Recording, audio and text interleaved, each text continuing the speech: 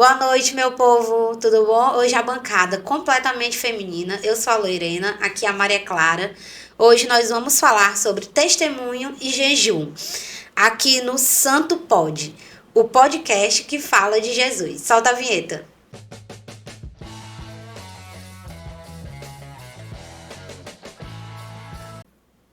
Santidade e Paz, episódio 12 do Santo Pod, mais que especial, como a Lorena falou, a bancada toda feminina. E hoje a gente vai conhecer o testemunho de vida de uma pessoa muito especial e querida na evangelização da paróquia de São Pedro Apóstolo. Ela é coordenadora da PASCOM, é missionária no Geração Aleluia. Faz parte Coisa, aqui viu? da equipe do Santo Pod. Ela é mãe da Maria Clara e não sou eu, é a minha xará que está ali atrás das câmeras. É consagrada a Nossa Senhora da Visitação e devota de Santa Madre Teresa de Calcutá. E nos momentos de lazer, gosta de assistir filmes e séries, eu adianto, ela é dorameira de carteirinha. O Santo Pod de hoje é com ela, Railane, seja Oi, boa bem-vinda. noite, meninas. Bem-vinda. Podcast totalmente feminino. Hoje a gente deixou os meninos um pouquinho pra Stand-by. trás das A gente câmeras. estava sumida, a gente vai tomar de conta aqui agora. Bom, e para começar esse nosso bate-papo, hoje eu vou começar com uma pergunta clássica do nosso podcast. Quem é Jesus na vida da Rainane? Uma pergunta clássica e bem difícil. E eu queria poder responder ela depois. Dá para entender melhor ela depois do No decorrer andar, da nossa no conversa. decorrer da nossa conversa. A gente consegue explicar melhor. Perfeito. Falando de percorrer caminho, o nosso caminho natural, voltar e permanecer, permanecer em Jesus. Partindo desse assunto, a gente queria saber como foi a tua conversão em Jesus. Como foi conhecer Jesus e permanecer nele, resolver permanecer nele. Eita, é bem interessante, é uma história um pouquinho longa. Para isso, eu teria que voltar lá nos primórdios, na época dos nômades, tô brincando. Mas eu, de fato, precisaria iniciar lá do comecinho. A minha família é católica, né, toda católica. O meu primeiro contato com Jesus foi através do meu pai. O meu pai, ele ensinava a gente a rezar o Pai Nosso, Ave Maria, todos os dias de noite. E foi o primeiro contato que eu tive, né, com Jesus e tudo. E todo dia de noite ele firmava, senta aqui, eu e meu irmão mais velho, diferença só de um ano. Sentava nós dois e vamos rezar o Pai Nosso, Ave Maria. Não podia gaguejar, você não podia errar, você não podia sorrir, você não podia bocejar. Qualquer erro durante a oração, ele vamos começar de novo. E assim ia todas as noites, enquanto ele estava vivo, ele ensinando a gente. E aí, como que se deu o meu caminhar todo? Eu lembro que quando eu era muito pequena, teve um incidente no meu bairro, né? Meu pai saiu para pescar com outros três rapazes, ou seja, ficaram 4 na barca, na canoa. E aí teve um incidente de que um deles se afogou, né? E a gente ficou sem saber quem era. A gente só tinha recebido a notícia de que alguém tinha se afogado, mas não sabia quem era. E eu me lembro que nesse dia, melancólica como sou, eu não consigo sofrer na frente dos outros, né? Eu tenho que me recuar. Eu ouvindo aquele alvoroço todo, eu era muito pequena, eu acho que eu tinha uns 3 para 4 anos. Eu lembro que eu subi a casa, voltei para casa. No quarto do meu irmão tinha uma imagem de Nossa Senhora, Mãe Rainha. E aí eu lembro que eu ajoelhava em frente à imagem de Nossa Senhora e eu rezava pedindo que não fosse meu pai. Eu acho que foi a primeira vez, acho não, certeza, foi a primeira vez que eu rezei de verdade, assim, partindo de mim. E eu rezava muito pedindo a Deus que não fosse meu pai, né, que não era ele, que, por favor, que ele não permitisse que naquele momento ele fosse. E eu lembro de ter recebido no meu coração uma paz. Então, dali eu desci e fui novamente para onde estava todo mundo, a minha mãe, meus irmãos, tudo. E aí, demorou pouco tempo, eu recebi a notícia de que não tinha sido ele, tinha sido um outro rapaz. Mas naquela oração eu tinha recebido a certeza de que meu pai não tinha acontecido nada. Deus tinha me dado essa confirmação no coração. Aí vocês podem perguntar, nossa, Anima, você era muito criança. Assim, não me perguntem como que isso aconteceu. Era um modo que eu fui ensinada e muito pequena eu aprendi que era assim que deveria ser feito. E aí, ok. Esse foi o meu primeiro contato real de buscar Jesus. Pós-batismo, né? Pós o que a nossa família já nos introduz. E aí, depois disso, não muito tempo depois, uns 2, 3 anos, o meu pai adoeceu, né? Com câncer. E durante todo o tratamento dele foi muito rápido. Do início do tratamento até a morte. Foi muito rápido. E eu lembro que no dia que ele morreu, no exato momento que ele morreu, eu tive um sonho. Eu tinha chegado do centro com minha tia. Nessa época a gente não estava na mesma casa que ele, por conta de que a mãe evitava que a gente visse o sofrimento, aquela coisa toda. E aí eu lembro que eu cheguei com minha tia em casa, fadigada assim do sol. Eu sentava no sofá e daquela sentada no sofá eu tirei um cochilo. Nesse cochilo apareceu para mim uma pessoa, não sei se é um anjo, alguém, mas eu lembro do clarão, uma pessoa assim com a roupa bem clara mesmo, via tudo branco. E ela dizia que meu pai estava descansando, que eu não precisava mais me preocupar, ele não sentia mais dor. E aquilo me acalmou. E no exato momento que ela terminou de falar, o telefone toca com a notícia de que ele tinha falecido. Aquele foi o meu segundo contato, né, com Jesus. E aí, depois disso, eu tive um incentivo da minha tia, também já falecida, que ela nos levava para a missa todo santo domingo. Ela ia às 6 horas da manhã, dia de domingo, batia lá na porta lá de casa. Que maravilha. Tia, obrigada. Deu certo. Mas todo domingo, 6 horas da manhã, ela batia lá na porta e levava eu e meus irmãos para a missa. E aí a gente foi caminhando e tudo, só que chegou a uma certa idade, que a bonita que quis, né? Não, Sempre tem. sempre tem. Conhecer o mundo. Independência, pra quê e tal. E meio que me afastei das vivências que eu tinha na igreja. E nesse me afastar, eu não ia mais nem pra missa, nem frequentava nada, de nada, de nada. Aí como é que se deu o meu retorno? Chegamos, a volta todinha. O meu retorno foi um convite que eu recebi da produção, para a equipe de milhões. A equipe de milhões aqui. Um convite que eu recebi para ir na adoração, né, em 2019. Foi em 2019 que o Max da Cola de Deus, na época ele veio, teve o show da Cola de Deus e ele veio ministrar uma adoração, né? Ele foi ministrar uma adoração e eu recebi o convite. O mais interessante, eu não fui para adoração por conta da adoração. Eu fui porque no convite tinha assim, vai ter adoração e lá fora vai ter venda de comida. A frase vai ter venda de comida foi o meu primeiro motivador. Chamou mais atenção. Chamou mais atenção. Deus sabe como me puxar. E aí, beleza, eu fui. Aí eu falei pra uma amiga minha, pra Jaina, eu disse, Jaina, vai ter venda de comida. A gente vai? Ela, vamos. A gente tá aqui sem fazer nada mesmo. Vamos. Fomos. Foi, lanchou e tudo, e nem ia ficar pra adoração. A gente tava ali conversando e tudo, disse, não, vamos ficar. Vamos ficar. Foi uma noite, assim, que transformou a minha vida. Eu lembro do seu Solomar, que foi o meu pai na dança. Porque nas adorações do Harlem, antigamente a gente cantava o Bem-vindo quando ia iniciar. E aí, quando eu cheguei lá, eles estavam cantando, ensinando, o Denis ensinando o passo a passo da dança e tudo. E eu ficou como meu pai, o seu Solomar, era um idoso. Aí eu disse, tá, e muito alegre o ambiente, muito divertido. Então eu fiquei assim, não, tá ótimo aqui. E tipo, um ambiente tão acolhedor que você Queria ficar. você não tava nem ligando mais pro restante das coisas que tinha pra fazer. E aí eu sei que eu fiquei. E aí teve a ministração do Max. E depois eu fiquei me perguntando, depois daquela adoração. Eu tinha tudo isso pra viver. Por que eu não vivi? Eu fiquei me perguntando, onde foi que deu errado? Às vezes vem aquela sensação de tempo perdido, né? Exato. Foi a sensação do tempo perdido. Poxa, eu perdi tanto tempo. E eu perdi tanta coisa. Assim, gente, eu poderia...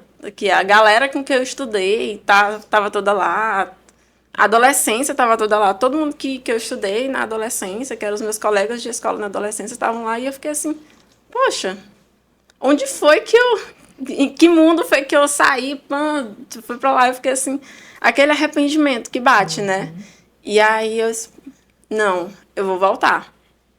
Aí eu me lembro de perguntar pro Alisson como é que eu fazia, né? Pra poder participar das coisas e tudo. E aí a gente foi... Ele disse, não, a gente tem um grupo aberto, que é o EFETA, né? Que é o grupo de oração, às sextas-feiras. E eu comecei a participar do EFETA toda sexta-feira.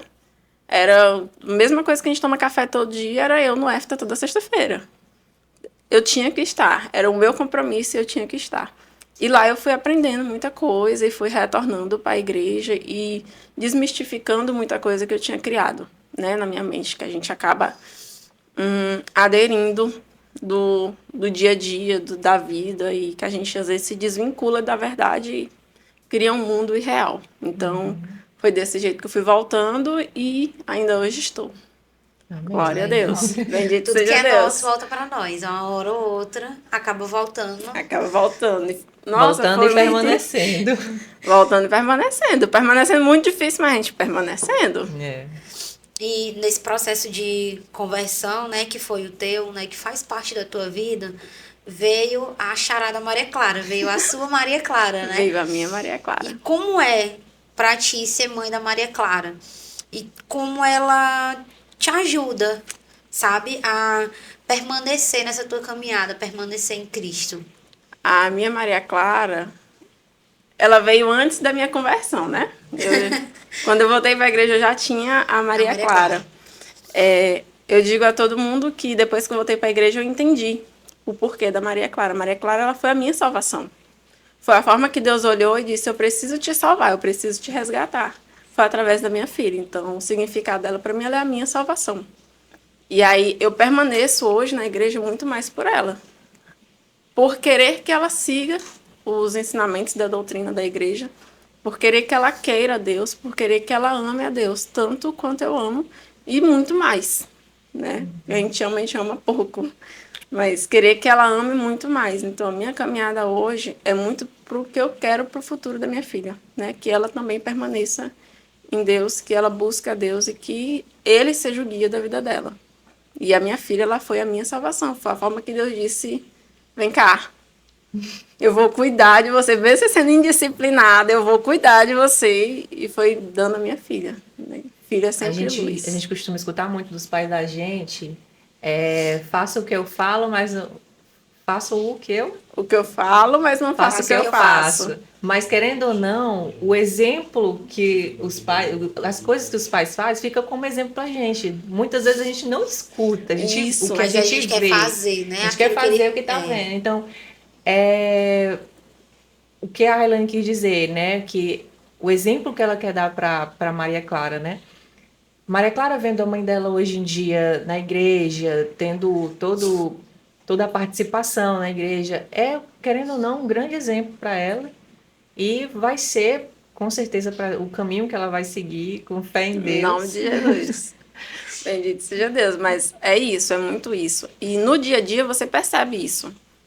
Muitas coisas a minha filha faz que eu nunca ensinei, mas que eu faço.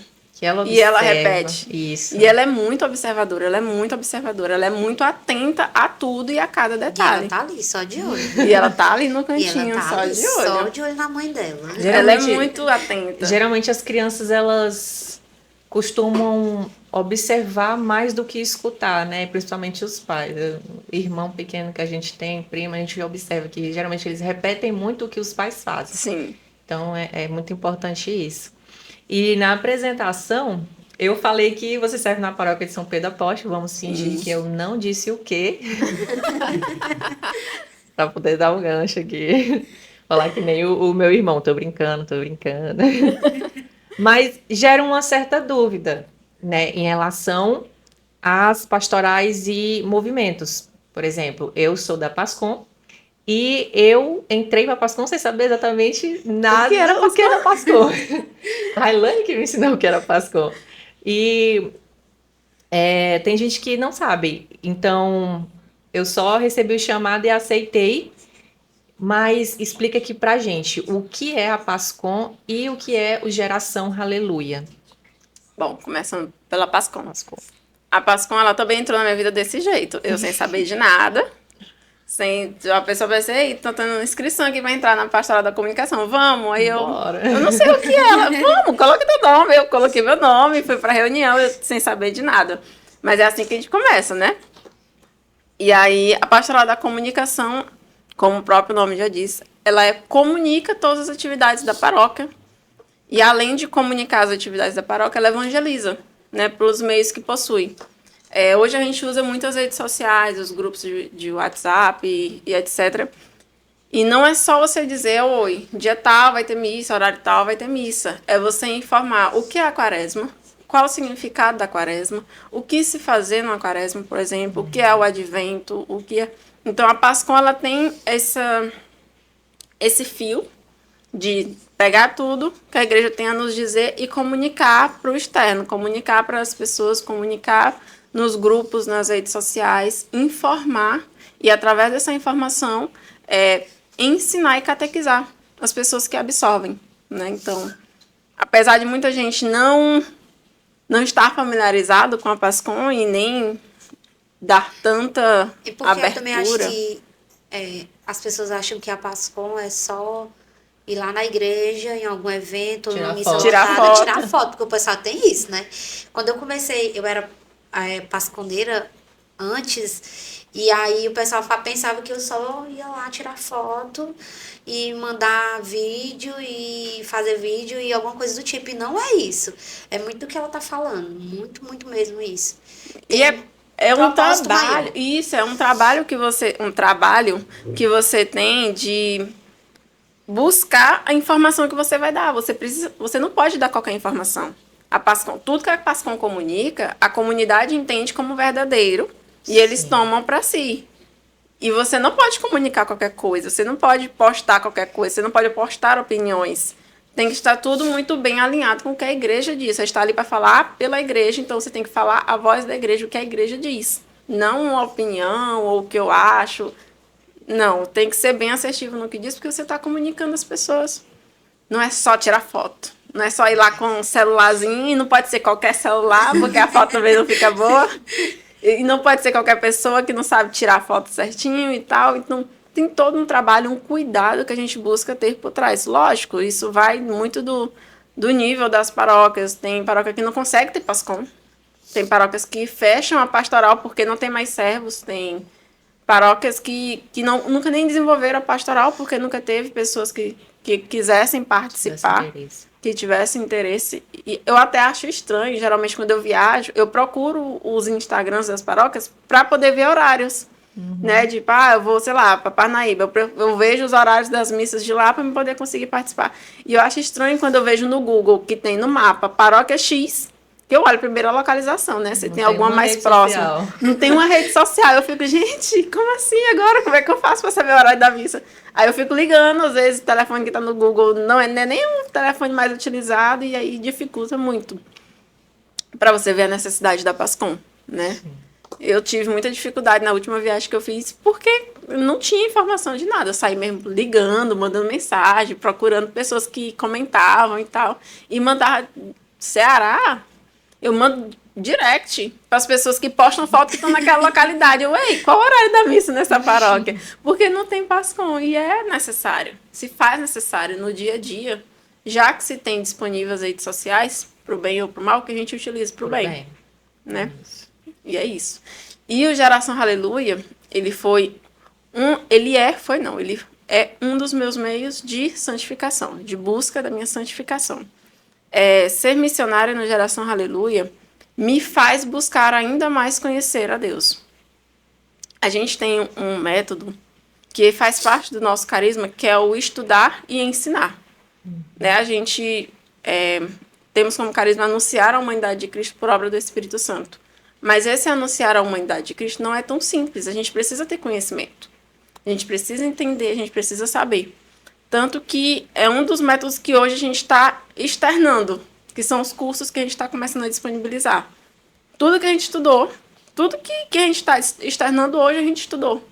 A gente passou fases, domingos, sábados de reunião para poder estudar aquilo, o que os nossos baluartes dizem, o que a igreja diz, estudar materiais, livros, tudo, para a gente conseguir compreender qual é a nossa linguagem, o nosso método de conseguir levar Cristo às pessoas. E isso não de uma forma mirabolante ou algo muito... na simplicidade mesmo. É perceptível, quando as pessoas têm contato com Geração Aleluia, essa simplicidade. Inclusive, foi o que me cativou, né? A simplicidade de você ir e a pessoa não ficar olhando ou ficar dizendo: o que tu fez? O que tu tá aqui hoje? O que é que tem por trás? Não querer currículo. Vem Porque aqui... acaba que acontece muito isso. Acontece muito. A gente acaba se afastando por isso, como você disse, querer currículo. É muito surreal. É olhar o histórico da pessoa e não a pessoa. Não a pessoa. É basicamente o que aconteceu comigo alguns dias atrás, mas não vem muito ao caso, não. Mas é justamente isso. Olhar o currículo e não olhar a pessoa. Parece que a pessoa tá ali e não quer fazer aquilo ali, sendo que a pessoa quer. A pessoa quer estar ali. A pessoa quer estar pregando, a pessoa quer estar ensinando. A pessoa quer passar o conhecimento que ela tem e quer aprender também. E acaba que as pessoas não veem isso. As pessoas querem olhar. E a gente precisa mudar esse pensamento. Calma, professor. Tá tudo ok. Pega o celular. Pode continuar. Tudo. Deixa dele. Deixa. Pode continuar. Pronto. Tá bom, sim. A gente precisa Tá top. ter esse tipo de pensamento para a gente não bloquear as pessoas. Independente do que a pessoa fez na vida dela, o que ela fez há 30 segundos atrás, o que ela fez há horas atrás, independente de qualquer coisa, é a pessoa. É você olhar a pessoa. Um dos pontos que me apaixona em Madre Teresa é exatamente isso. É esse olhar a pessoa. Ela não olhava quem era, ela não olhava o que faziam, qual era a profissão, se era rico, se era pobre, se fumava, se não fumava, se era prostituta, se não era prostituta. É uma pessoa, eu vou cuidar dessa pessoa. E é esse o pensamento que nós precisamos ter hoje em dia. Como que eu vou acolher se eu já vou discriminando? Eu já vou dizendo, não. Você primeiro tem que corrigir isso. A gente só corrige a partir do momento que a gente se permite que o Espírito Santo corrija. Nós não somos capazes de reconhecer os nossos erros de livre e espontânea vontade. É Deus quem vai dizendo, é Deus que vai moldando. Então, você precisa acolher para aquela pessoa poder conhecer Jesus e, conhecendo Jesus, ela começar a ser mudada por Jesus. Foi assim comigo e eu acredito que foi com a maioria de vocês. A gente tinha comportamentos antes que, após a gente começar a caminhada com Cristo, a gente mudou. E a gente não mudou porque alguém chegou e disse, você tem que mudar. A gente mudou porque a gente começou a perceber o mover de Deus na nossa vida. Mudou as vestimentas, mudou o modo de falar, mudou os lugares que frequentava, mudou as amizades. A gente vai mudando porque Cristo vai guiando. E isso quando nós permitimos que Cristo nos guie, né? E é isso que acontece. Mas hoje, atualmente, você faz o quê? Tanto na Pascom quanto no Aleluia? Na Pascom eu estou atualmente na coordenação. E aí, na coordenação, dirigindo o pessoal e tudo, e qualquer BO que aparece. E agregados. Cai tudo para Railândia. E agregados e mais um pouco. E no Aleluia hoje eu estou no Ministério de Pastoreio. Né? A gente recebe as pessoas que não conhecem a missão, que querem ter um direcionamento, um acompanhamento, a gente recebe. Hoje a gente tem um caminho para essas pessoas seguirem dentro da missão. E aí a porta de entrada delas, além do EFETA, a gente também forma os grupos de Alfa, que é um grupo de oração que a gente ministra. Né? Tem um intervalo e a pessoa vai percebendo e vendo se deseja mesmo continuar com a missão. E aí a porta de entrada é eu e Cleison, né? De frente, assim, a pessoa diz, oi, bem-vindo ao Alfa, bem-vindo à Geração Aleluia, somos nós. E nessa missão a gente fica responsável por cuidar dessas pessoas, por ajudá-las a iniciar a caminhada delas. Né? Tem pessoas que já caminham na igreja há um bom tempo, tem pessoas que não caminhavam na igreja e retornaram, tem pessoas que nem tinham religião nenhuma, então é bem mesclado, assim, bem misturado, uma mistura bem bacana, bem legal. E aí, já falou no Aleluia, né? A gente já ouviu que ela realmente tem, parece não, realmente você tem paixão, porque dá pra ver quando você fala, os olhinhos brilhando, sabe? Assim, quando a pessoa fala, é bonito de ver. A gente queria saber, né? Como foi a sua entrada quando você entrou lá e o que é mais impactante pra ti nesse pastoreio, nessa tua caminhada, o que foi mais impactante? Quando eu entrei, inicialmente, como eu falei, foi pelo Éfata, né? O grupo de oração. O grupo de oração Éfata, ele foi um dos reformadores, foi um dos meus reformadores. É um grupo que a gente fala de Jesus, ao mesmo tempo que a gente fala do nosso dia a dia. Eu costumava dizer antigamente que funcionava como se fosse um Alcoólicos Anônimos, era a reabilitação, era a reabilitação que eu tinha na semana. Às vezes, muitas corridas, coisas do dia a dia que estressavam e tudo lá no EFTA, eu ficava, poxa, é tão pequeno o meu problema. As pessoas partilhavam, davam seus testemunhos, e eu ficava assim, poxa, eu me estressei com isso, como assim? Não, realmente, e a gente partilhava a palavra, e aquilo ia me mudando e me ajudando a crescer mais na fé. E aí a gente fez no final de um certo período um retiro. Nesse retiro aí foi questionado quem desejava continuar na missão e quem não queria, só queria continuar mesmo no grupo de oração, porque é um grupo de oração aberto, né, a toda a comunidade. E aí eu continuei. E para mim, estar no Geração Aleluia casa com a personalidade e o temperamento que Deus me deu. Eu gosto de estudar, não é gostar de estudar, mas eu gosto de aprender. Eu gosto muito de aprender, de buscar coisas novas. Então, o método do Rally de falar é através do conhecimento. É uma das formas, eles disseminam isso. Então, hoje, eu digo muito que eu enxergo que eu não sirvo ao Rally. O Rally me serve muito. Porque ele é o caminho que hoje Deus me apresenta de santificação. De você caminhar e você estar aprendendo e você estar enxergando a verdade. É uma das coisas que a gente sempre partilha. Eu acho que se a pessoa tiver conhecimento da verdade, é muito difícil ela se desvirtuar. Porque a gente fica... Se você sabe que é errado, o seu instinto é não fazer. O seu instinto inicial é não fazer. Então, o Halley, ele fez isso comigo. Ele foi me dizendo, me ensinando, e através dele eu fui aprendendo. Isso não é certo, eu não vou fazer. Isso não tá certo. E isso foi me moldando e Deus foi me construindo. Eu já pensava, será se é o certo? Exato. Eu tenho muito disso. A gente ficava naquela...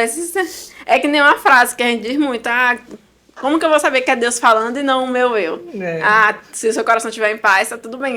Mas pra quem nunca experimentou a paz de Deus, como é que fica? Como é que eu vou saber? Como é que sabe, né? Como é que sabe? E aí, isso tudo eu fui aprendendo. E esse último ano, a experiência do Ministério de Pastoreio foi bem interessante.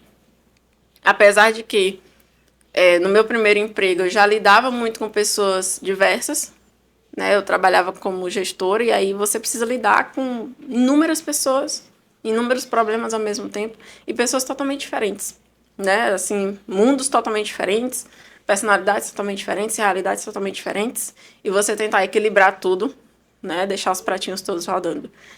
E aí, no Ministério de Pastoreio, foi como se eu vivesse isso novamente. Por isso que eu digo que o meu primeiro emprego, ele me disciplinou para a minha vida.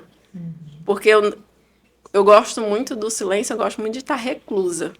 Eu não gosto de estar, multidão, com essas coisas. Eu gosto de estar no meu cantinho, meus afazeres prediletos, eu lá no meu quarto assistindo meus doramas, isolada de todo e qualquer problema. Então, foi um molde que eu tive na minha vida profissional. E Deus, ele é sempre muito bom e sempre muito assertivo, né? Como eu era muito focada no meu trabalho, foi o meio que ele me ensinou a lidar com pessoas. E a lidar com o meu jeito de me afastar das pessoas. Eu me recolhia, de fato, das pessoas, a ponto de não querer estar no meio. Vai ter uma festa, uma comemoração, uma confraternização. Eu não ia, eu não participava, porque eu, de fato, não gostava de estar ali no meio das pessoas. Eu ia, trabalhava, fazia meu trabalho e pronto. Voltava para minha casa. Eu não tinha necessidade de eu ter o contato depois daquilo. E no meu primeiro trabalho eu tive esse reordenamento. Deus, ele foi me ensinando que você precisa, sim, quebrar os seus muros, você precisa sim conhecer novas pessoas, você precisa sim entender como funcionam as outras pessoas. E através disso, eu tive a minha primeira mudança, pode-se assim dizer, quanto às pessoas, a receber novas pessoas. Eu sempre ficava no receio de, vem novidade de novo, e aí, como é que vai ser? Novas pessoas de novo, e aí, como é que... E ficava Novas personalidades. Novas personalidades para lidar e tudo. Mas eu precisava, porque era o meu trabalho. E eu gostava muito do meu trabalho. Gestão de pessoas, para mim, é belíssimo, belíssimo. E isso me ajudou muito no Alfa. Quando eu tive que receber a primeira turma de Alfa, eram 30 pessoas inicialmente. Essas 30 pessoas, elas migravam, tipo, saía de 8 a 80, muito fácil, muito rápido. Saía sei lá, pessoas de 30, 40 anos a pessoas de 17, 18 anos. E aí, para equilibrar tudo isso, foi uma experiência muito boa, porque Deus tinha me preparado para conseguir fazer algo, né, com aquelas pessoas. E eu consegui me comunicar com essas pessoas. Porque a dificuldade que a gente encontra muito hoje, quem está à frente seja de grupo, movimento, ministérios, de pastorais, é conseguir se comunicar com o outro. Você tem o conhecimento, você sabe o que precisa ser feito, você sabe como precisa ser feito, mas você não sabe como dizer isso para o outro. Aí a pessoa entra, não entende das coisas, não sabe, nada, entra lá tentando entender o que é, como que vai ser feito, e aí a pessoa não entende nada da sua linguagem, como que fica. E eu tenho uma linguagem muito estranha. Eu sou uma pessoa muito estranha. Eu não acho. Calma. Eu tenho uma linguagem muito estranha. Não conheci. Eu tenho umas analogias, um modo de enxergar o mundo que ele é muito diferente do geral. Então, eu tinha medo, eu ainda tenho medo de não conseguir conversar com as pessoas, né? Por isso o treino que eu tive no meu primeiro trabalho, de ser pessoas tão, assim, diversas, que eu aprendi a conseguir me comunicar, seja uma pessoa que tem um alto nível de conhecimento, seja uma pessoa que tem um baixo nível de conhecimento, seja uma pessoa que é extremamente histérica, seja uma pessoa que é extremamente retida. Então, essas nuances, essas viradas, você conseguir lidar. Então, hoje, um ponto, um desafio que a gente tem e permanece, eu acho que vai permanecer pelo menos comigo, para o Cleis pode ser que não, mas para mim sim, eu conseguir me comunicar de modo que as pessoas entendam. Esse é o desafio que o Ministério de Pastoreio me dá, né, atualmente. Mas que é muito bom, é muito gratificante. Você vê testemunhos de pessoas, lhe reconstrói, assim, de um modo que você fica, poxa, aquela pessoa passa por tudo isso, aquela pessoa vive tudo isso, aquela pessoa viveu tudo isso. Nossa, você fica, assim, maravilhado com o quanto Deus cuida, né? Tanto que hoje em dia, cara, eu sou extremamente cuidada por Deus. Mimada mesmo, eu vou reclamar do quê? Minha vida é linda, minha vida é maravilhosa, tá tudo lindo. Porque quando você escuta testemunhos, você vê que, poxa, é uma dificuldade muito grande que os outros passam, uma dificuldade, uma labuta para realizar um sonho muito grande.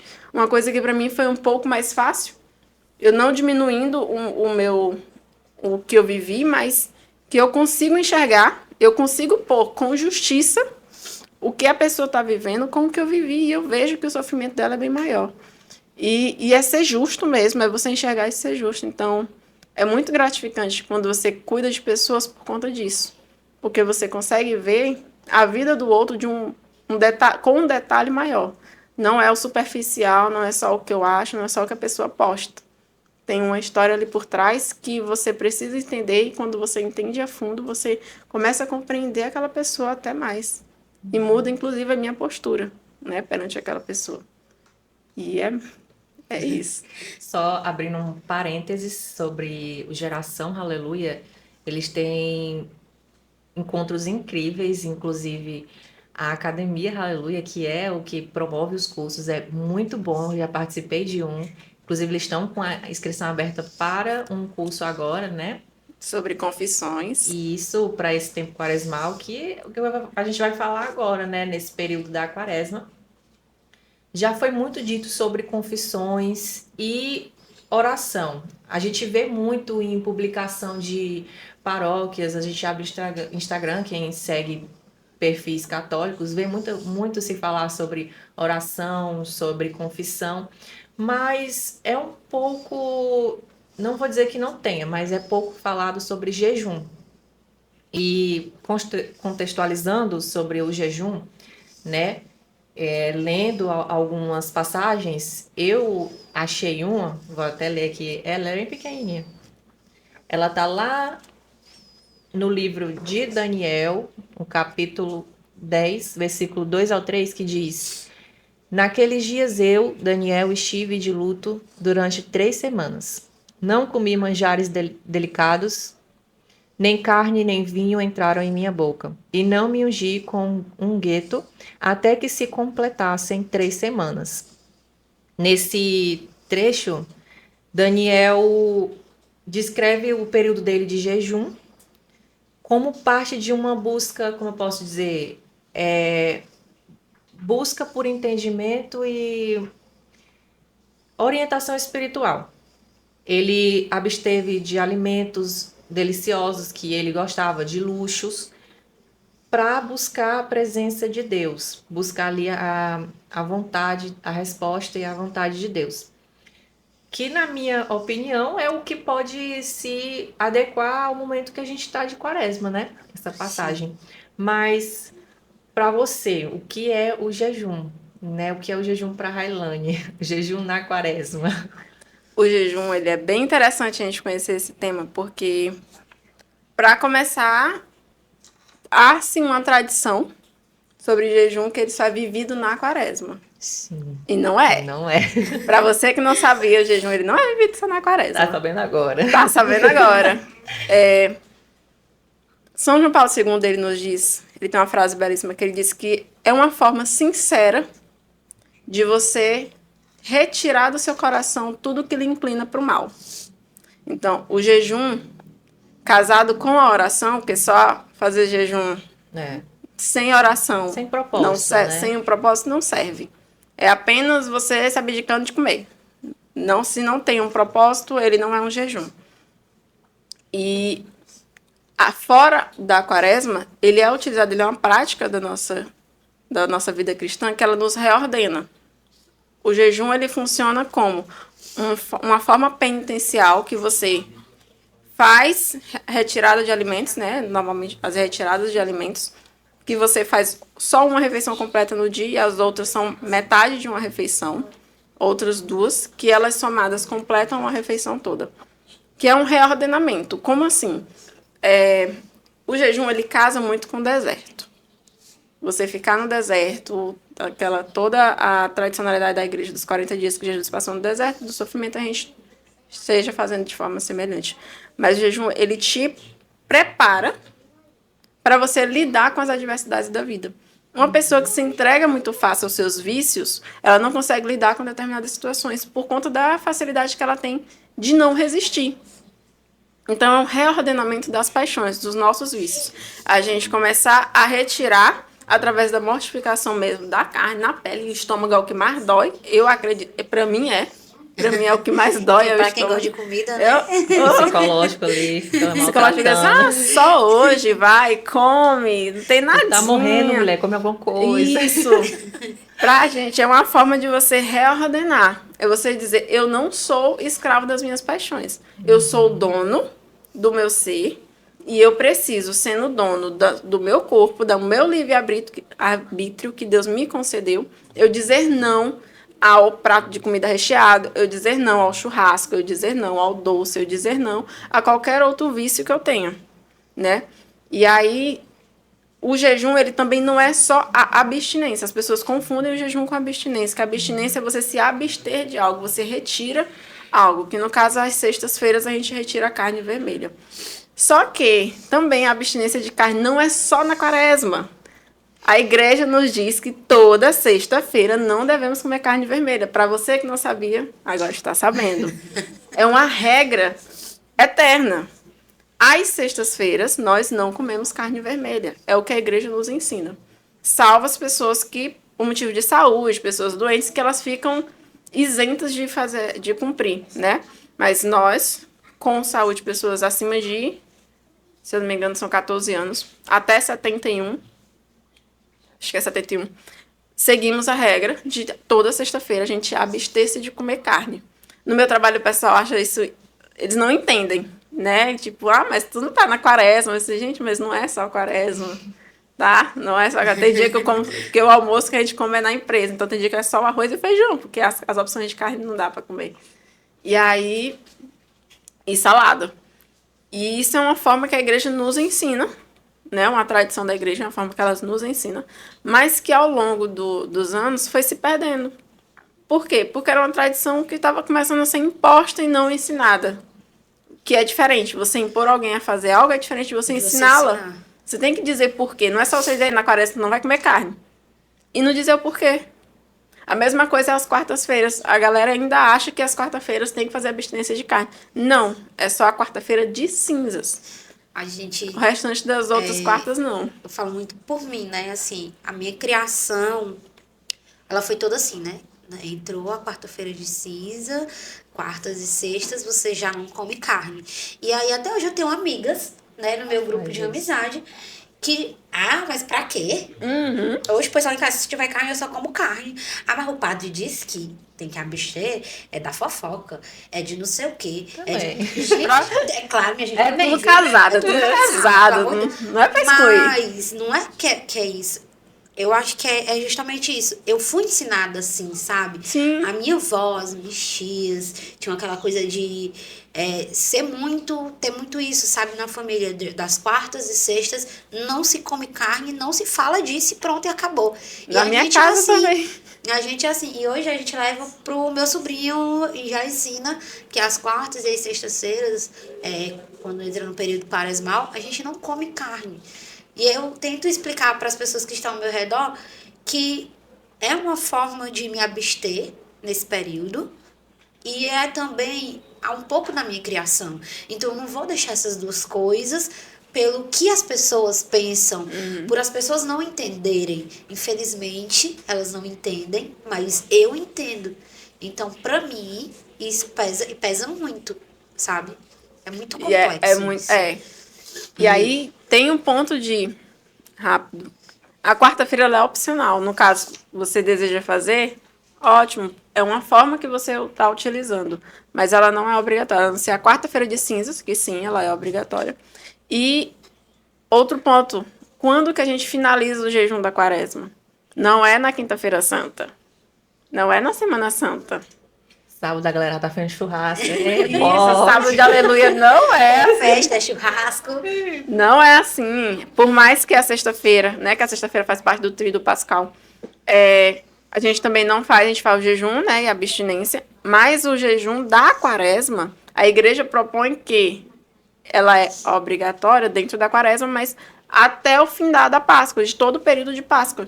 A gente sabe que depois do domingo da Páscoa ainda tem os próximos domingos de Páscoa, né, do nosso tempo litúrgico. E durante esse período também é para se fazer o jejum. Não é só os 40 dias. Uma aula, tem um pós. E vocês falando de tempo, e eu lembrei de uma coisa que o Denis falou em um dos cursos do Aleluia. Ele disse que, ele falou, a igreja está há mais de 2000 anos aqui, existente a igreja católica. E hoje em dia as pessoas falam, mas isso aí é do tempo passado, hoje pode, faz isso, menina, não tem nada a ver. Gente, a igreja está há 2000 anos, ela sabe muito mais do que a gente. É ligeiro, viu? Passaporte aí está sendo garantido, por favor. Ela sabe muito mais do que a gente, tá? 2000 anos, a gente viveu muito menos, então... Bendito seja Deus. É pra gente seguir o que tá ali, né, há muito tempo, Sim. porque... sabe mais do que a gente. E hoje em dia as pessoas têm essa mania de mudar as coisas, porque é novo tempo, é novas coisas. Não precisa disso, é coisa de antigamente, tudo mais. Gente, inclusive, você dá pra aproveitar aqui a decoração do ambiente. Fica à vontade. Por favor. Não sejam católicos que só vão pra missa porque a família ensinou, que só fez crisma batizado porque mandaram.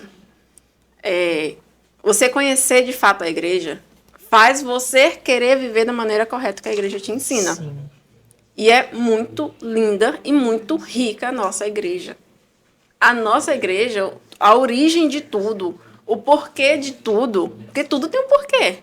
Tudo, absolutamente tudo, dentro da igreja católica, ela tem um porquê. Ela não é aleatória, ela não está ali porque alguém um dia, vou começar a fazer desse jeito. Não. Sim. Você assistiu uma missa aqui, você assistiu uma missa na África, uma missa em Portugal, uma missa em qualquer outro canto. É a mesma liturgia, é a mesma, o mesmo formato, é a mesma leitura. É uma igreja una, rica e belíssima, mas que muito pouco explorada pelas pessoas que dela participam. Talvez por isso que se tem uma evasão muito grande. Tem uma fala, inclusive, de um pastor, ex-pastor, não sei se existe esse termo, mas enfim, que ele se converteu à Igreja Católica, que ele disse que a pessoa que estuda o Evangelho de fato e estuda a história da Igreja de fato, ela sai do protestantismo e vai para a Igreja Católica porque ela reconhece ali a verdade. E se você estudar a sua fé, você não sai da sua fé para outra. Você não muda, porque você não vê motivo, você vê a verdade. E é como o Denis fala, a igreja está há mais de 2.000 anos. Há mais de 2.000 anos. Quem somos se nós, não né? fosse, se não fosse da vontade de Deus, já tinha acabado. 2.000 anos. Se nós ainda estamos aqui, a igreja ainda hoje permanece, é porque Deus quer, é da vontade de Deus e ela está caminhando para Deus. E é incrível quando a gente conhece a igreja e vê como tudo faz sentido lá, sabe? Tem gente que fala assim, eu não gosto de ir à missa porque... O Terence me falou uma vez, ele disse que lá no comecinho ele via a missa só com um senta e levanta. Mas quando você procura entender a missa, a importância da missa, como a missa funciona, cada parte da missa tem um significado, nossa, é maravilhoso, você... É lindo. Quando você vai de coração aberto, né? Porque eu acho que a pessoa ir pra missa, ficar lá dentro com o pensamento lá no mundo, ali não tá valendo de nada, né? Você tem que ir pra você missa. Você não vai pra assistir a missa, você vai pra participar. É totalmente diferente. O verbo é diferente, o modo de agir é totalmente diferente. Tem todo um trâmite. Muito se falou no jejum, né? Esse período quaresmal, né? Ele te ajuda como na intimidade com Jesus? Nesse ano em específico, Deus me falou uma coisa muito bonita, né? Que a gente, quem começa a sua caminhada na igreja, quem já está, né, caminhando há muito tempo, sabe que vive o período deserto na sua vida espiritual. E aí a gente enxerga o deserto. O deserto ele é o momento em que Deus silencia. Deus te recebe, te acalenta, ele conversa, ele te guia. Mas é um momento que ele fica mais retido. Não que ele não esteja, ele está sempre conosco, mas ele fica mais em silêncio. E é um momento em que nós... Eita! Hoje está lindo. Oi. É um momento em que ele fica mais quietinho e nós precisamos nos manter firme de acordo com o que ele nos ensinou na fé, nele. Nos permanecer nele. A quaresma esse ano, ela está me ajudando a exatamente esse permanecer no momento de silêncio de Deus. Por quê? Eu fui muito agraciada, como eu disse para vocês. Deus me mima de várias formas. É igual uma amiga minha fala. Deus é meu Bets. Deus é teu Bets, né? Teu amigo, assim, muito amigo. Pai Supremo, Nossa Senhora. Cuida, assim, nos mínimos dos mínimos dos mínimos detalhes. Deus é... Quando eu paro, assim, que eu olho assim, rapaz... Obrigada, pai. Muito obrigada. Sabe aquela criança que recebe pro litro do pai e sai feliz? É eu. Porque Deus, ele cuida de mim muito nos detalhes. A quaresma, apesar das pessoas enxergarem como sofrimento, e o deserto como um todo ser enxergado como um momento de sofrimento, ele não é um momento de sofrimento. Ele é um momento de dar glória. E dar glória é um momento de você estar feliz, porque você sabe que Deus está ali. Por mais que ele esteja em silêncio, eu sei que Deus está ali. Por mais que eu esteja vivendo no deserto, eu sei que Deus está ali. Deus está cuidando. Se eu estou vivendo hoje esse deserto, é porque Deus está permitindo. Ele diz assim, vai filha, agora tu caminha, mas eu estou do teu lado. Caminha e permanece em mim, eu estou do teu lado. E aí eu enxergo dessa maneira. E esse ano em específico, ouvindo uma das pregações do Frei Gilson, ele dizia que a gente tinha que vivenciar de modo que a gente realmente se reordenasse. Que a gente conseguisse reordenar os nossos desejos, as nossas paixões, os nossos vícios, de modo a, durante o deserto, a gente de fato viver a provação e estar firme em Deus. E sair do deserto mais firme do que quando entrou. Porque você está firmado em Deus. Então, a quaresma, ela me ajuda a esse firmamento. E como eu ia dizendo, Deus, ele me ajuda muito, muito em tudo. Em tudo, em tudo, em tudo. Deus, ele me salva, Deus, ele me resgata, Deus, ele ajusta, o teto tá caindo, ele segura. É muito bom. Deus é muito bom para comigo. E esse momento de silêncio é o, tipo, ver uma criança muito mimada e tira o pai dela de perto. Fica assim, uma criança fica chateada, né? Fica assim, pô, eu não tô recebendo mais os meus mimos, e aí? Mas é nesse e aí, nesse não receber mais, que você fica mais... Eu preciso estar aqui para quando ele voltar da mesma forma, ou melhor, que quando ele me deixou. Fazendo analogia, tá? Deus não nos deixa. E Deus, ele fala comigo de uma maneira, assim, muito peculiar. Principalmente pelo sofrimento. Não porque eu seja melancólica, gente, por favor, não leve o melancolismo, temperamento melancólico como algo melancólico, uma pessoa melancolista. Não é isso. Nós não somos assim. Mas nós temos uma sensibilidade maior quanto às coisas do mundo, né? Uma perceptividade diferente, um modo de olhar diferente, a nossa reclusão, inclusive, né? Somos pessoas mais retidas, e o melancólico tem essa raiz de observar tudo, reter tudo, né? E um dos pontos que eu prefiro me retirar do meio da multidão é exatamente isso, porque eu acabo absorvendo muito tudo das pessoas. E aí Deus é muito cuidadoso comigo através disso. Nos meus momentos de reclusão, ele cuida muito de mim, principalmente nos sofrimentos. Ele me antecipa muitas coisas para eu estar preparada para um determinado sofrimento que eu vou viver. E isso isso aconteceu em várias coisas. Com o exemplo que eu dei aqui do meu pai, foi um exemplo que Deus cuidou de mim. Você perder um pai não é fácil. E você com 6 anos de idade piorou. Eu era uma criança. Mas eu não enxerguei a morte do meu pai. E eu não enxergo a morte do meu pai como algo ruim. Assim como eu não enxergo nenhuma morte como algo ruim. A morte é o nosso caminho para conseguir ir para o outro lado. É necessário. Você precisa viver a sua vida aqui, você precisa morrer para você ir para o outro lado. Afinal, a gente busca a santidade para ter a vida eterna, né? Exatamente. Qual é o nosso sentido? propósito. É o nosso propósito. Então, as pessoas dizem assim, eu quero ficar bem velhinho. Assim, gente, não sei não. Não tenho isso. Eu não tenho esse pensamento. Eu quero bem velhinho, tipo 70, 80 anos. Eu fico assim, gente, eu vou fazer o que com 70, 80 anos? Não sei. O tempo que Deus determinar para mim tá ótimo. O tempo que Deus determinar tá ótimo. E é só a preocupação que a gente tem, como toda mãe tem. É de que eu só não posso morrer antes de deixar minha filha bem, né? Eu preciso deixar ela, assim, tranquila, estabilizada aqui para mim conseguir. E é uma preocupação que toda mãe tem, apesar de ser um apego, né? Que Deus disse a gente não ter nossos apegos aqui, mas, enfim, é minha filha, a missão que Ele me deu para minha vida. Então, eu preciso ter esse cuidado com ela. E é muito disso. Então, na quaresma, eu ficar esse momento, né, e viver o deserto, como Madre Teresa viveu 50 anos no deserto, 50 anos.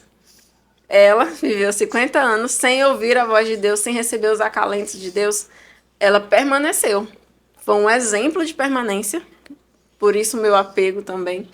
Ela foi um exemplo de permanência na fé dela, assim, eu vou fazer porque é para Jesus. Por mais que ela não recebesse os acalentos de Deus, por mais que ela não recebesse as confirmações de Deus, ela continuava orando, ela continuava pedindo e ela continuava vivendo a fé dela. Independente do que ela recebia de bom, independente do sofrimento que ela vivia, independente de qualquer coisa. É para Jesus, eu vou fazer. Ela era muito determinada com tudo que ela queria. Então, se ela via uma pessoa passando necessidade, ela não...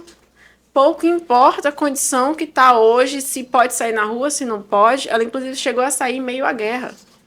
Estavam dentro do convento, do ministério. Não lembro agora o nome.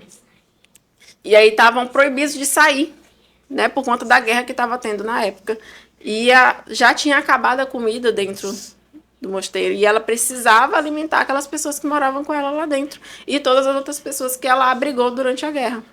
E ela vendo a necessidade daquele povo passando fome, ela saiu no meio da guerra e foi pedir comida para os soldados que estavam passando no tanque. Foi pedir sacos de mantimentos. Então, ela tinha coragem, ela tinha força, ela sabia, Deus vai me ajudar. Deus vai me ajudar. Ela sabia que ela não estava sozinha. Ela sabia que ela não estava sozinha. E não era pelo sentimentalismo, era pela fé e a certeza que ela tinha em Deus. Ela usou toda a razão dela para Deus. Né? Um outro ponto que as pessoas confundem muito, de que, eu preciso sentir, eu preciso me emocionar. Nada disso. A sua fé em permanecer, ela é uma razão. Tanto que Deus pede que nós usemos a nossa inteligência para Ele. A nossa razão. Eu permaneço em Deus porque eu quero permanecer em Deus e eu sei que permanecendo em Deus é o melhor caminho para mim. É a nossa razão, não é um sentimento. É o nosso entendimento. O nosso entendimento estar voltado para Deus é o nosso racional mesmo. É como 2 mais 2 é 4, como você raciocina, você tem que seguir a Deus porque é o seu meio de santificação. É o meio que Deus utilizou. E aí, volto para a pergunta de quem é Jesus para mim, né? A pergunta inicial que eu falei que ia responder depois. Porque, para Deus, inclusive, é o evangelho de hoje, né? Jesus, ele pergunta aos discípulos quem o povo diz que ele é e quem os discípulos acham que ele é. E Pedro responde, então, o Messias, o Filho de Deus vivo. E, para Deus, Jesus é seu Filho muito amado, assim como para Nossa Senhora também. E para nós, assim como para mim, Jesus é a salvação. Para a igreja, Jesus é o caminho, a verdade e a vida. E para cada um ele vai ter um significado. Para os filósofos ele foi um grande influenciador. Para os historiadores ele foi um grande influenciador. Mas o significado pessoal dele para mim, eu acho que eu não consigo definir em algo só. Devido a essa construção que se tem em toda a minha vida. Ele foi uma forma que Deus usou para quebrar o desvínculo que existia, ele restabeleceu o vínculo. Foi uma forma que ele usou para nos mostrar qual é o caminho de chegar até Deus. Foi a forma que ele fez para nós conseguirmos viver aqui de maneira digna. Deus, ele trouxe o seu Filho num corpo, como nós, a sua imagem e semelhança, e ele ressignificou a dignidade humana através de Jesus. Então, nós hoje temos dignidade perante nossos corpos, porque Jesus restabeleceu isso. Ele veio num corpo humano, carne, sangue, veia, comeu, cresceu, tropeçou, arrancou o tampo, jogando bola, furou um dedo, da mesma forma que nós. E, além de irmão, ele é a nossa salvação. Ele veio como um de nós, apesar de não ser pecador como nós, né? Ele é totalmente santo. Ele veio como um de nós para nos mostrar como viver. Ele veio no nosso formato, no nosso jeito, para mostrar como se deve viver. Porque ele viveu. Ele não nasceu com 30 anos para viver os 3 anos só e voltar. Ele viveu, ele nasceu, ele foi uma criança, um bebezinho. Imagina aí um bebezinho fazendo cocô na fralda. Jesus foi um bebezinho fazendo cocô na fralda. Jesus começou a engatear. Jesus começou a comer seus primeiros alimentos. Jesus começou a brincar com as outras crianças de onde ele vivia. Jesus teve pesadelos, não sei, talvez. Mas ele dormia, sei lá. Hoje eu quero dormir com minha mãe. Ele ia lá para dormir junto com Nossa Senhora, quem dera eu. E aí... Então. Por favor, né? Quem dera eu. E aí ele foi crescendo, ele foi um adolescente. Da mesma forma que nós fomos. E ele ia crescendo. A própria palavra diz que ele ia crescendo em estatura, sabedoria e graça. Até ele chegar na fase adulta e ele ir fazer a missão que ele tinha que cumprir. Que Deus tinha para ele. Mas ao mesmo tempo que ele ia vivendo a sua missão, ele ia ensinando as pessoas a como viver. As pessoas que eu acredito, eu tenho para mim que todos aqueles que viviam com ele naquela época, na aldeia em que eles viviam, Nossa Senhora, imagina só, eu cresci do lado de Jesus, como assim? Jesus é o Filho de Deus vivo, eu cresci do lado dele. É que nem você vê uma pessoa muito famosa, gente, essa pessoa cresceu no mesmo bairro que eu, hoje, olha a pessoa que ela... Só que de maneira 3.000 vezes, triplica aí uma raiz quadrada aí, levada ao cubo, sei lá, milhões de vezes. E Jesus foi essa pessoa. Então ele foi um mestre de fato, um Raboni, como a gente estava falando, que nos ensinou a viver e trouxe dignidade para nós. De fato, não há como você simplificar quem foi Jesus. Porque ele foi tudo em cada momento da história, em cada momento de nossas vidas. E ele continua sendo, ele continua sendo hoje ainda o Senhor de nossas vidas e quem nos ensina a viver, né, com dignidade. É por isso que é interessante todo mundo que vem aqui, que a gente pergunta, né? Quem é Jesus? Aí toda vez tem uma resposta diferente, porque ele é muita coisa. Ele é muita coisa e para cada um ele se apresenta de um jeito. Ele tem uma particularidade. Jesus é perfeito. A vida toda aí para conhecer, ele ainda não conhece tudo. Ele conhece tudo. Fé em Deus, Nossa Senhora, por favor, me receba. Por favor. Eu já disse, eu já deixei o meu testamento pós-morte. É 1 ano de terço. E 1 ano de intenção das Santas Missas, por favor, porque se eu ainda estiver no purgatório, vocês vão me tirar de lá. Não me deixem lá. Vai dar certo, hein? Bom, depois desse momento de conhecimento sobre, inclusive sobre o jejum, falando agora diretamente para o público do Santo Pode, se você aí, diante do que a gente falou aqui do jejum, despertou a vontade de fazer aquele jejum. Por exemplo, tem muita gente que faz o jejum, como foi dito, na sexta-feira, só do pão, da água, faz ali o dia todo, até ali 6 horas da tarde. Se despertou em você essa vontade de fazer o jejum, ou Terence mandar um recadinho para vocês. Vai ter na descrição desse vídeo uma receita de pão. Viu? Aqui é chique. Que é chique, viu? Aqui é Culinária. Daqui a pouco a gente tá que nem Ana Maria Braga aqui fazendo receita. Vai ter uma receita de pão, segundo ele, não dá dor de cabeça. É uma receita aí fácil para você seguir no período da quaresma, quem quer fazer o jejum. E vale ressaltar que o jejum é uma poderosa arma de combate para vencer o pecado e de alguns males, e que só são afastados pela prática do jejum e, como a Raylan disse, junto com a oração. E lembrar, né, que não é só carne não, viu, meu povo?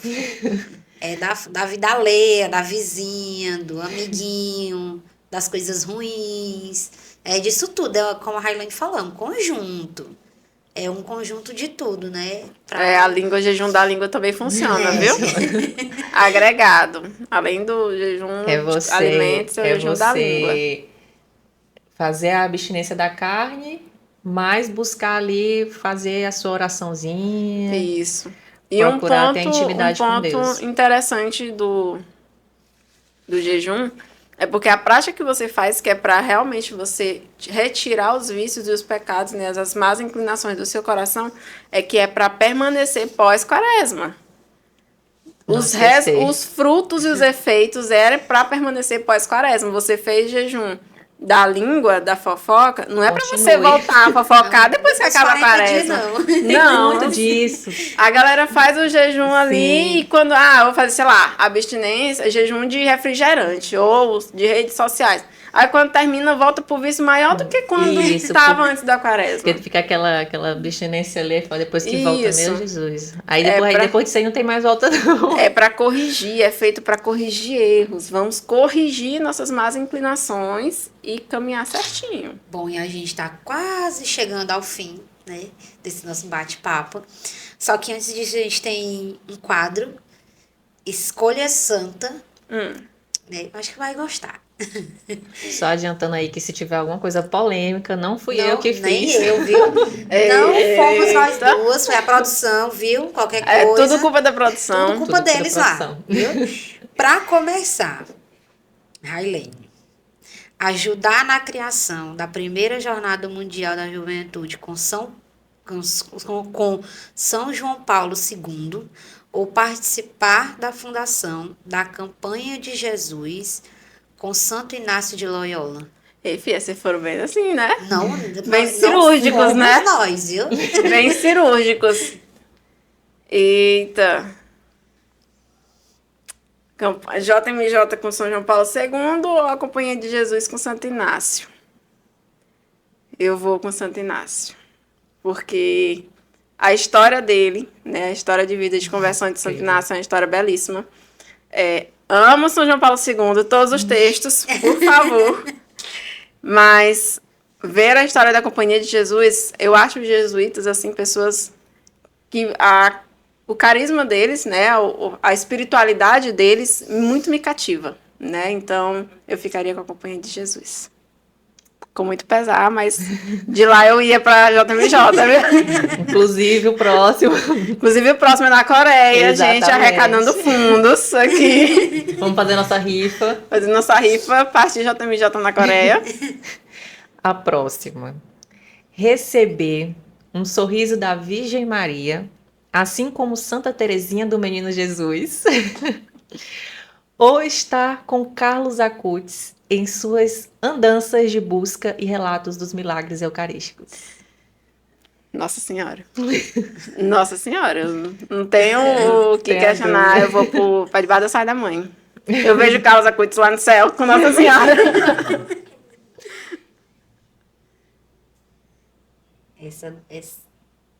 Essa é a polêmica? Não sei. Não. Não, não é não. Ainda tem uma mais polêmica ainda. Não. Ver a Clarinha ser fundadora de uma ordem franciscana, assim como Santa Clara de Assis, ou ver a Clarinha seguindo os passos de caridade de Madre Teresa de Calcutá. E aí, Clarinha, vai pensando Eita. aí, Clarinha. O nome dela, Clara, foi por conta de Santa Clara. Maria por conta de Nossa Senhora e Clara por conta de Santa Clara, que eu acho a história de Santa Clara também belíssima. E a gente achava que ia ser a mais difícil a última, né? Deixou a última pra mim, né? não, mas não, vai da primeira aí, como é que é? Vamos lá. Ver a Clarinha ser fundadora de uma ordem franciscana, assim como Santa Clara de Assis, ou ver a Clarinha seguindo os passos de caridade de Madre Teresa de Calcutá.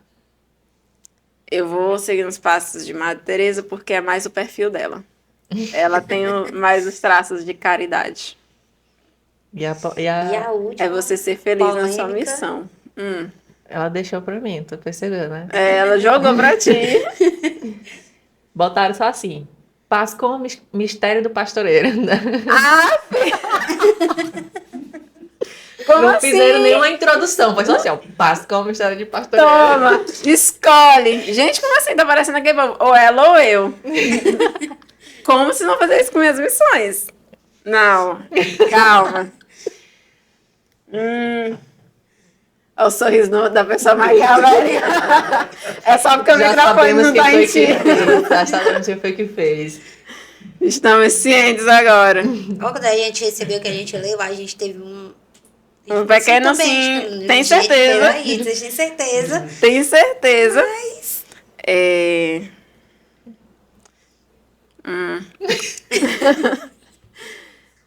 É uma decisão que muito me aperta, né? Você decidiu um ou outro. Mas, diante de realidades, necessidades, eu continuaria com a missão de pastoreio no Geração Aleluia, muito por conta do tamanho da missão, né? E a necessidade que eu enxergo hoje para a comunidade, para as pessoas, para o mundo afora. A Pascom, não que ela seja simples ou menos complexa, pelo amor de Deus. É muito estudo, é muito detalhe, é muita observação. Mas a gente consegue caminhar com a Pascom, assim, em modo paralelo com outras pessoas, outros servos. Mas o pastoreio, ele serve tanto para mim quanto para o próximo. E o modo com o qual a Geração Aleluia hoje comunica a doutrina da igreja, os ensinamentos da igreja, é o modo com o qual eu mais me identifico, né? Como eu falei, a questão do estudo. Então, eu ficaria com a missão Geração Aleluia pela necessidade que eu enxergo hoje na comunidade de ter conhecimento. As pessoas não têm conhecimento, não vivem a fé da maneira que deveriam viver por ausência de conhecimento, né? Por só estar no superficial e não conseguir se aprofundar mais, seja por não querer, ou seja por não saber mesmo, não ter tido a catequese familiar. E aí, é uma das nossas missões que nós temos introduzidos para esse ano, é a gente conseguir disseminar o máximo de conhecimento possível sobre a nossa igreja, né? Consigo fazer isso através da Pascom? Consigo, com toda certeza. Mas é mais efetivo quando dentre todos os trabalhos da Pascom, eu vejo que a minha efetividade ela surge maior no Geração Aleluia. Pela linguagem, inclusive, que é uma linguagem muito próxima da que eu consigo falar, né, para as pessoas. Atenção polêmica, coloca na tela. Ela escolheu. Atenção aos pasconeiros de plantão. Atenção. Me colocaram aqui duas opções. Eu tinha que escolher uma. Não, mas super compreensível. A gente tá chegando no final, né, Maria Clara? Foi um bate-papo, aula, foi tudo, foi incrível. conhecimento, foi muito bom, tá? A gente agradece demais, Railane. Eu que agradeço. Teu Eu sim. cortei 50% da minha timidez hoje. Que bom. 50%. A gente deixou à vontade, né? Porque é bom quando fica à vontade. É um bate-papo mesmo entre a gente. E é isso que a gente queria que ficasse, né? Uma coisa leve. E foi o que aconteceu. Mas, como eu vinha dizendo, muito obrigada. A gente agradece demais pelo teu sim, pela tua vida, pelo teu sim, não só para ser a nossa entrevistada de hoje, na nossa estreia, mas o teu sim também nesse projeto, que para quem não sabe, ela também está, viu? Nesse projeto com a gente. Realmente aqui é o time feminino do Santo Pode, viu? Faltou só a Paula. Faltou só a Paula, que ela ainda vai aparecer. A gente ainda vai botar ela de alguma forma aqui. Mas, muito obrigada. Eu que fico agradecida pela oportunidade, né? Cortar, assim, um pouquinho da timidez. Deus sabe os modos de me treinar. Isso aqui é pra ela? Os dois. A gente separou aqui Novena Santa Diana. Inclusive, Santa Diana, eu pesquisei a vida dela. É muito boa a história da Santa Diana, essa oração que tem atrás dela. Eu me identifiquei muito. Foi assim... Ele me deu... Acho que na entrevista que eu participei aqui. E aí eu tava meio perdida. Meu Deus, o que é que eu faço? Em relação à Pascom, em relação a tudo. E aí a oração veio na hora certa. É uma oração muito bonita. Belíssima, pelo que eu tô lendo. É muito bonita. Belíssima. Engraçado que essa oração você tem que ter muita força para você fazer. Você tentar rezar ela com tentar fé e convicção. Rezá-la de maneira própria e digna, você tem que ter muita fé no que você vai dizer, né? A história dela é muito bonita. Muito interessante, eu fico agradecida. É isso, né, meu povo? A gente vai finalizar aqui. Lembrar vocês que o Santo Pode é toda quinta-feira, às 7h30 no YouTube. É aqui no meio. Desculpa, gente. É o costume. Se inscreve, ativa o sininho. Não esqueça de curtir, comentar e acompanhar a gente nas redes sociais. Eu já botei lá os episódios no Spotify, para quem tem interesse e gosta da rede social. Tem o Instagram, acompanha a gente lá. A gente chegou a 1.000 seguidores no Instagram. Obrigada. Cadê o bolinho? Não, eu tô de abstinência de doce. Obrigada, vocês ajudaram aqui na minha congresso. E aí tá faltando aqui no YouTube. Não esqueça de compartilhar com os amigos, pedir lá, olha, compartilha vai lá, muito. Assiste, é muito legal. E é isso. Agradecer pela presença da Railane. O testemunho dela é muito bonito, incrível. Foi de grande conhecimento pra gente, né? A gente não conhecia muito da Railane, a gente conhecia um pouco hoje. E agradecer a todo mundo que tá aqui até agora com a gente. Vou falar mais alguma coisa? Até o próximo. E tem um negócio aí que eu fiquei sabendo que em maio vai ser a só gente vai nas aparecer ruas. mais. É. A gente vai aparecer mais. A gente vai tomar mais de conta aqui da... Time feminino. Fiquem ligados. Vai ser um ligados. grande babado. Tchau, meu povo. Até a próxima.